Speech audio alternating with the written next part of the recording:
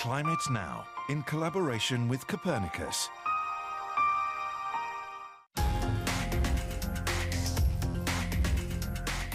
Hello and welcome to Climate Now, here from Bologna in Italy, home to the world's oldest university and now home to Europe's greatest store of climate data. Ci sono circa 700 petabyte di dati, che è un numero gigantesco. È veramente qualcosa di incredibile, di stupefacente.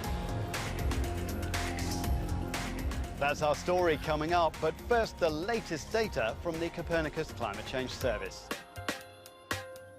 Globally, it was the warmest October on record, with temperatures 0.8 degrees Celsius above the 1991 to 2020 average. We can put that into perspective with this graph showing annual temperatures since 1940.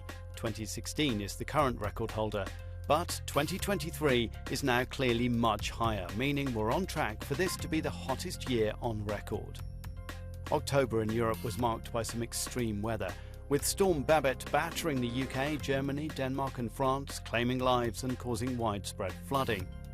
Climate scientists say that as our planet warms, we can expect heavier rainfall during these kinds of events. Warmer air can hold more moisture, so actually for every degree of warming, you see 7% increase in the amount of water that the air can hold. And so then if you think about that in terms of rainfall events, you've got more water in the system, and so you're going to have heavier rainstorms when they do occur. The rainfall from October's storms is reflected in the European map of precipitation anomaly in the band of blue from the Iberian Peninsula across to Russia. Now to our report, and we're here to ask what we can learn from the past in order to better prepare for our future. Bologna is a buzzing student city, a place where Europe's greatest scientific minds have been gathering data about our planet since the Renaissance. Professor Monica Azzolini shows us around the university's Palazzo Poggi Museum.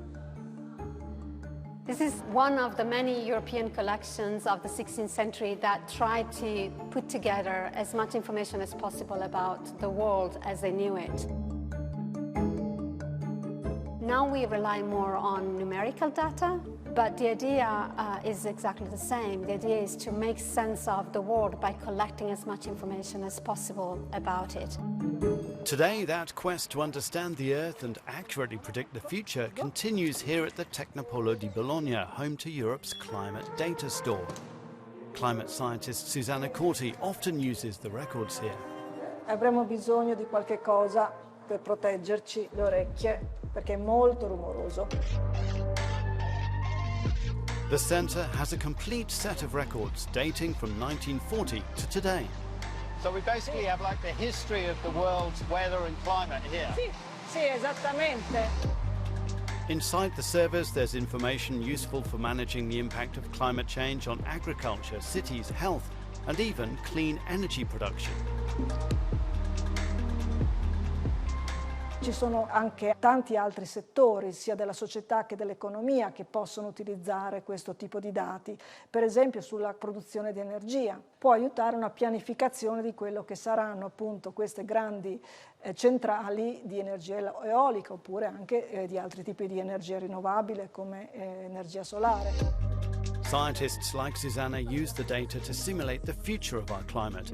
She shows us two examples of a high and low emission scenario, illustrating how warm our planet becomes if we do nothing to cut greenhouse gases. Questo è solamente un esempio, ma tutte queste servono messe insieme per poter prendere delle decisioni. There are valuable lessons to be learned from the recent past in the climate data store. And if we look back to our Renaissance ancestors, whose treasured works are stored here in Bologna, what can we learn from them?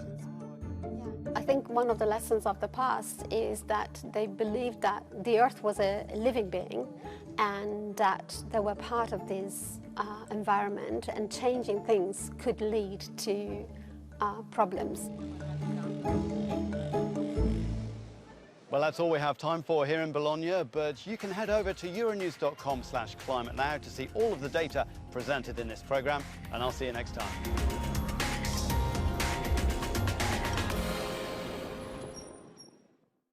Climate Now, in collaboration with Copernicus.